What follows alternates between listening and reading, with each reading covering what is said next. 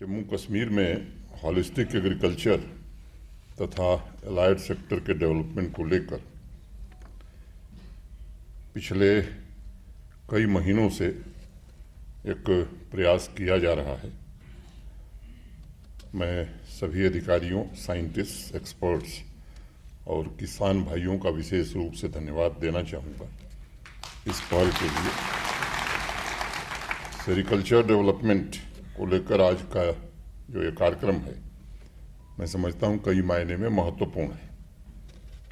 पिछले 2-3 वर्षों से ये प्रयत्न किया जा रहा है कि सेरिकल्चर को प्रमोट करके इस व्यवसाय से जो जुड़े हुए लोग हैं उन्हें कैसे आत्मनिर्भर बनाया जाए और उसके साथ साथ ये कैसे सुनिश्चित किया जाए कि सिल्क प्रोडक्शन के राष्ट्रीय लक्ष्य में जम्मू कश्मीर भी अपना महत्वपूर्ण योगदान दे सके। अभी डॉक्यूमेंट्री हम सब ने देखी है, अनेक महत्वपूर्ण बातें उसमें आप सब ने स्वयं देखी। अभी उपेंद्र सिंह जी ने बहुत विस्तार संक्षेप में कुछ बातें कही हैं।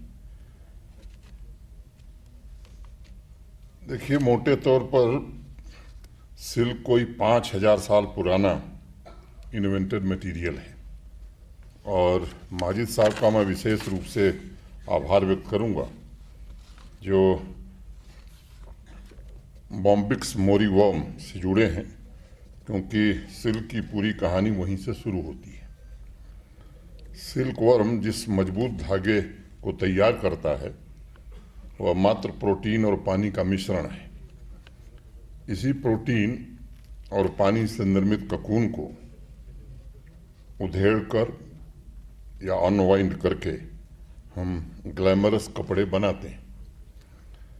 सिल्क को मैं प्रकृति का चमत्कार मानता हूं। पॉलिसी स्तर पर जम्मू कश्मीर प्रशासन की तरफ से ये प्रयत्न किया जा रहा है कि 5000 साल पुराने इस इन्वेंशन से जुड़े हुए लोगों को तथा सिल्क इंडस्ट्री को विकास के शिखर पर कैसे पहुंचाया जा सके। सेरिकल्चर से जुड़े किसानों को मार्केट लिंकेज के अभाव में सही दाम नहीं मिल पा रहा था। पिछले वर्ष सेरिकल्चर विभाग ने जम्मू कश्मीर इंडस्ट्रीज के साथ मिलकर के ऑक्शन मार्केट शुरू किया और जिलों में मंडी लगाकर सिल्क ककून के किसानों को मेहनत का उचित दाम मिले, इसका प्रयत्न भी किया। देश के विभिन्न हिस्सों से खरीदार उसमें आए थे और पहले की तुलना में मैं समझता हूं कि किसानों को अच्छी कीमत भी मिल सकी। एक छोटा इंटरवेंशन था, लेकिन मैं कह सकता हूं कि सेरिकल्चर को रिवाइव करने और उसके प्रमोशन के लिए जरूरी हस्तक्षेप की जरूरत महसूस की जा रही थी। 2017 में भारत के सम्माननीय प्रधानमंत्री जी ने इस सेक्टर को शिखर पर ले जाने के लिए एक लक्ष्य रखा।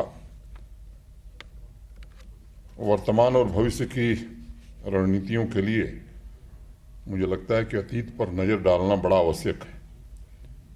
जम्मू कश्मीर के पुराने दस्तावेजों को अगर आप पढ़ेंगे तो सेरिकल्चर को प्रमोट करने के लिए 1869 में महाराजा रणवीर सिंह जी ने व्यापक स्तर पर प्रयास किया था। हालांकि उस दौर में साइंटिफिक तकनीक का अभाव था, कई दिक्कतें भी थीं, लेकिन उनकी कोशिशों ने यह साबित किया कि जम्मू कश्मीर में हाई क्वालिटी का सिल्क प्रोड्यूस करने की क्षमता है। 1894 में जम्मू कश्मीर ने सिल्क का एक्सपोर्ट शुरू किया था और इटालियन मशीन की मदद से 1897 तक एक इंडस्ट्री के रूप में इसे विकसित करने में सफलता प्राप्त की थी। 1897 के जो आंकड़े हैं, 150 किसानों को विदेश से इंपोर्ट किए गए सीड की सुविधा उपलब्ध कराई गई थी और 1906 के आसपास लगभग 14,000 जमींदार इस व्यवसाय से जुड़ पाए थे। उस जमाने में 1897 से 1906 के 9 वर्षों के दरमियान जम्मू कश्मीर ने 15.4 लाख रुपए के सिल्क का एक्सपोर्ट भी किया था। कुछ ऐसे ऐतिहासिक तथ्य हैं ये जो इस बात की तरफ संकेत करते हैं कि जम्मू कश्मीर में सेरिकल्चर का इतिहास बड़ा समृद्ध रहा है और आज के आधुनिक युग में भी research, training, technique, seed organisation के विस्तार, मार्केट डेवलपमेंट, क्वालिटी सर्टिफिकेशन और ब्रांड प्रमोशन के द्वारा इस सेक्टर को पुनः ऊंचाई पर हम ले जा सकते हैं। मैंने जैसा पहले कहा कि 2017-18 में माननीय प्रधानमंत्री जी ने एक सिल्क समग्र योजना प्रारंभ की थी ताकि देश की सिल्क इंडस्ट्री को इंटीग्रेटेड तरीके से सपोर्ट करके सेरिकल्चर को सस्टेनेबल बनाया जा सके। अभी भारत सरकार के सचिव महोदय ने बताया आपको कि इस साल ही समग्र फेज 2 की मंजूरी मिली और वो शुरू कर दी गई है। रिसर्च एवं development, training, transfer of technology, IT intervention के लिए देश के 3 महत्वपूर्ण सेंटर में से एक सेंटर पैम्पोर को बनाया गया है। इसके लिए हम भारत सरकार के आभारी हैं।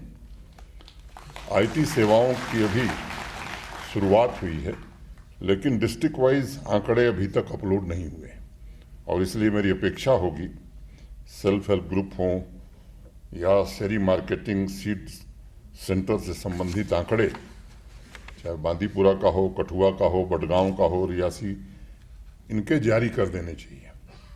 खासकर मलबरी ट्री के सीड सेंटर्स की जानकारी और सुविधा इच्छुक किसानों को मिले, ये हमें निश्चित रूप से सुनिश्चित करना चाहिए। आप लोगों को सिल्क की कहानी आप में से अनेक लोगों को याद है। ऐसा कहा जाता है कि चीन में 5000 साल पहले सिल्क का आविष्कार हुआ था। तब 3000 साल तक चीन के राजाओं ने इसके सीक्रेट को छुपा के रखा था और अगर गलती से कोई मलबरी ट्री के सीड को देश के बाहर ले जाता था तो उसका सर कलम कर दिया जाता था। 6वीं शताब्दी में जब चीन की एक राजकुमारी की शादी भारत के एक राजकुमार से हुई तो वो सिल्क मोट के दोनों अंडे और मलबरी ट्री के सीड्स अपने बालों के जूड़े में छुपा करके ले आई। चूंकि वो राजकुमारी थी इसलिए चीन की सीमा पर पहरेदारों ने हिम्मत नहीं की, गुस्ताखी नहीं की कि उनके बाल को छू सकें। और इस तरह से इतिहास हमें ये बताता है कि भारत में सिल्क इसी तरह से आया, जम्मू कश्मीर और देश के अन्य हिस्सों में भी फिर वो पहुंचा।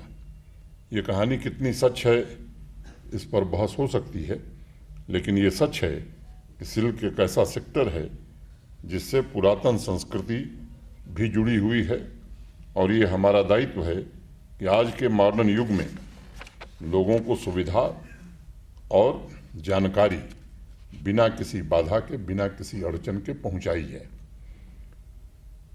इस अभियान में कृषि विज्ञान केंद्रों को शामिल करना मैं समझता हूं कि अब आवश्यक हो गया है ताकि जिस इकोसिस्टम को हम निर्मित करना चाहते हैं उसे एक मजबूत सपोर्ट सिस्टम भी मिल सके।